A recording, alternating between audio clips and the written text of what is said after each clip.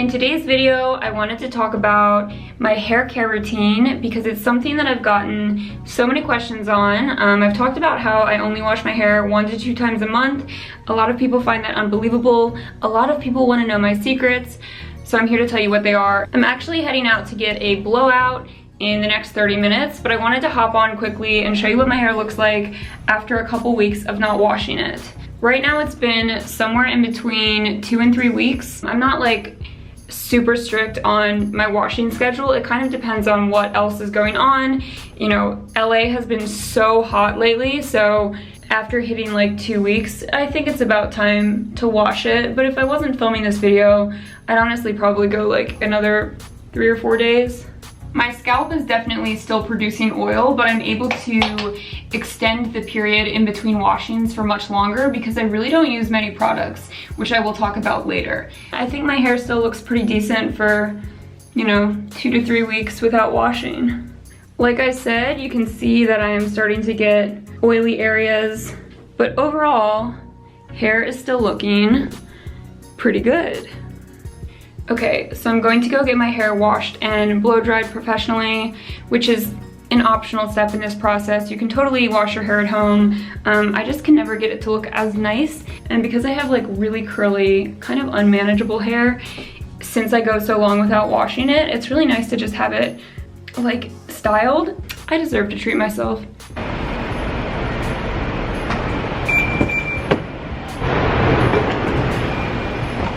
I'm back home. My hair is super straight. This is how I like it. But anyways, whether you are washing and drying your hair at home or having your hair professionally washed and blow dried, make sure to avoid as much product as possible. The only product that I really feel is necessary is a heat protectant. If you're using heat on your hair, such as a blow dryer or, you know, a straightener. Other than that, avoid product because it's going to build up on your scalp, especially if you're not washing your hair frequently. So you really want to use as little as possible. So once you've washed your hair and it's styled the way you like, I like to add just a little bit of hair oil to keep my hair moisturized. And I actually will do this every day in between washing. So I like this one by Way right here. You could also use a light natural oil like jojoba oil. And I'm just going to take a very small amount, like not even a pump. It's like 2 drops.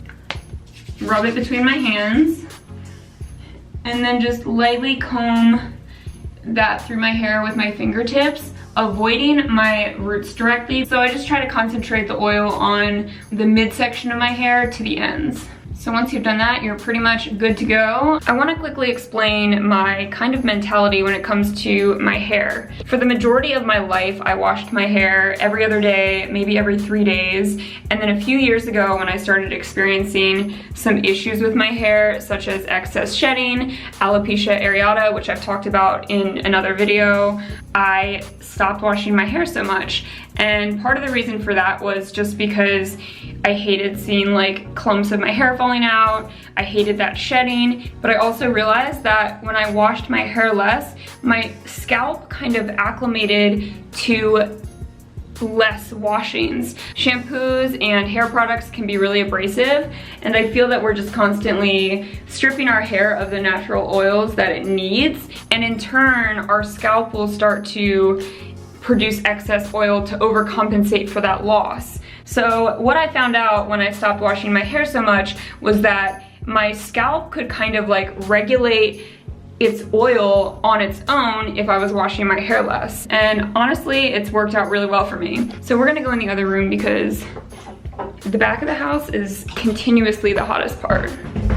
I've switched over to the living room because this is the coolest room in the house, and I'm pretty much going to show you all of the hair products I use in between hair washings.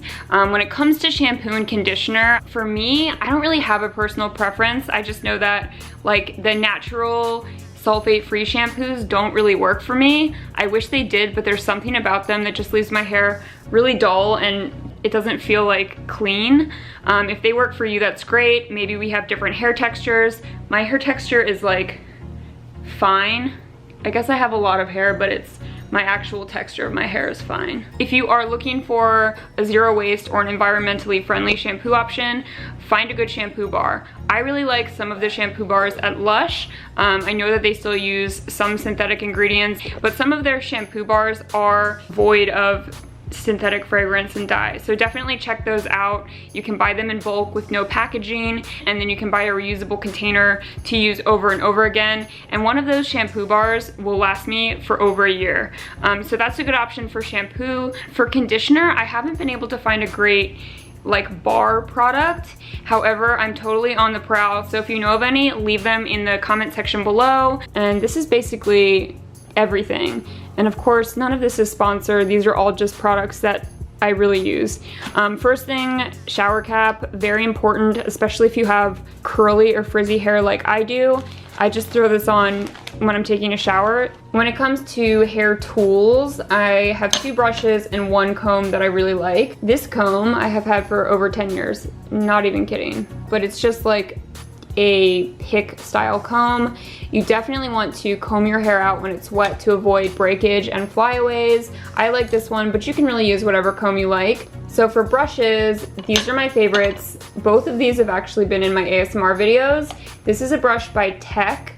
It's an all-natural wood and rubber brush with wood bristles. And then this is a Japanese scalp brush. Both of these brushes are really good at distributing the natural oils in your hair and detangling without pulling your hair out. And the wood brush is really good if you have like issues with static or dry hair. So I would highly recommend both of these brushes. They are a little bit pricey. I think the Tech brush is around $35 to $40, and this brush is gonna be around $75 or $80. I got the Tech brush this year. I've had the S-Heart S brush for years, but they're pretty much tools that will last for a very long time. So if you're looking for a good brush to invest in, I would definitely recommend one of these. Also with the Japanese brush, it just like glides through your hair so smoothly. And it feels really good. It's like you're getting a head massage at the same time, even if you're brushing your own hair. Wow, I'm sweating from this angle, but from this angle I look okay still. Look how shiny my hair is.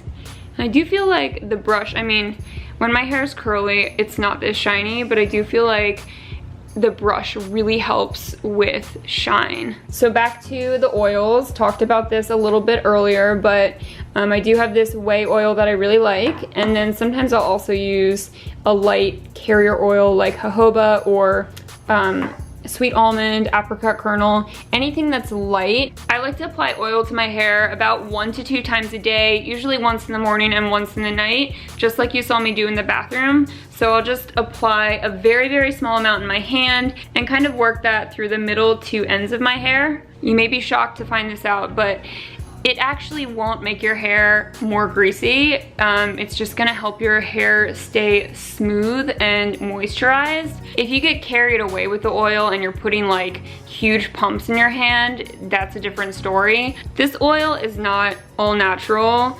I've looked at the ingredients before, but I know it does contain like dimethicone and some other silicone-based products. So if you don't do well with those types of products, you might want to stick to a natural oil or just experiment until you find something that works best for you. The last product I use is this tea tree oil mixture that I made myself. It's just like a toner. I've used it in other videos for different things, but tea tree oil is really great if you struggle with dry scalp, dandruff, or types of different sebum problems. All you need to do is mix a few drops of tea tree oil in with some filtered water and like apply it mostly to your scalp. You don't want to apply tea tree oil directly because it is a bit abrasive by itself, but if you're using it diluted, it should work out pretty well. I think that I pretty much covered everything. I know a lot of you have been dying for me to make a hair update video after I posted about how I was losing so much hair last year. The short update is that my hair is doing really, really well. I actually feel like this is the best my hair has been in years, so I do feel really happy about that, but I definitely still have hair issues, including alopecia areata, which is an autoimmune disease, so it's not gonna just disappear. But I haven't had like flare-ups anytime recently, and I just feel like I know what to expect with it more, so it doesn't affect me negatively. If you want me to make a full update on that, let me know in the comment section below.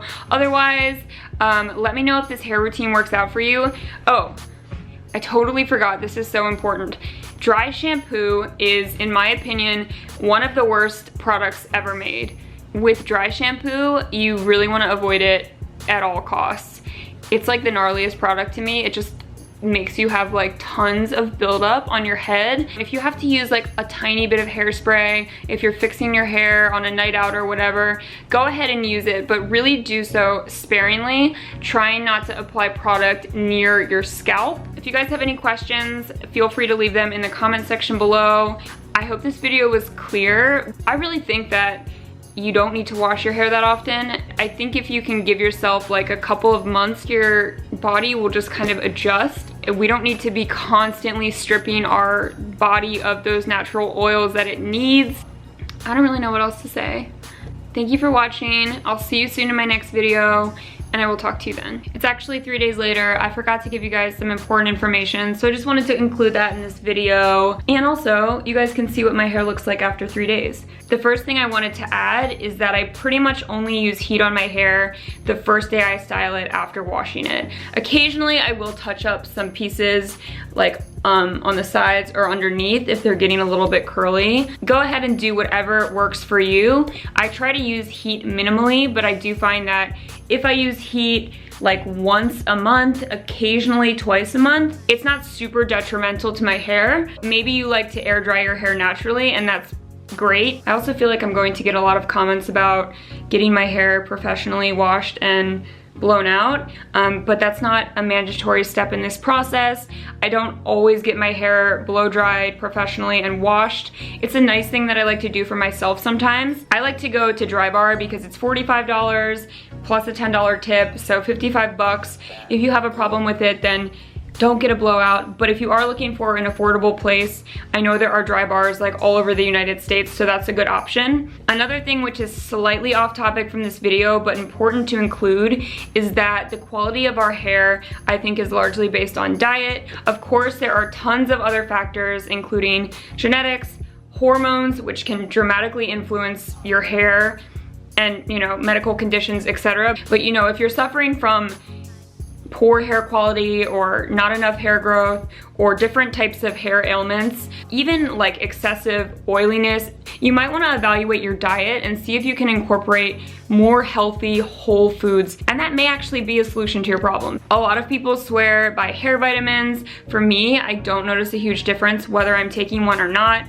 Occasionally I will take a biotin pill, but you can really get enough biotin if you're eating a healthy, well-balanced diet. The only vitamin that is important to me is going to be an iron supplement, because I struggle sometimes to get enough iron in my diet. Okay, now this video really is over. Talk to you soon. Love you all. Thank you for watching. Bye!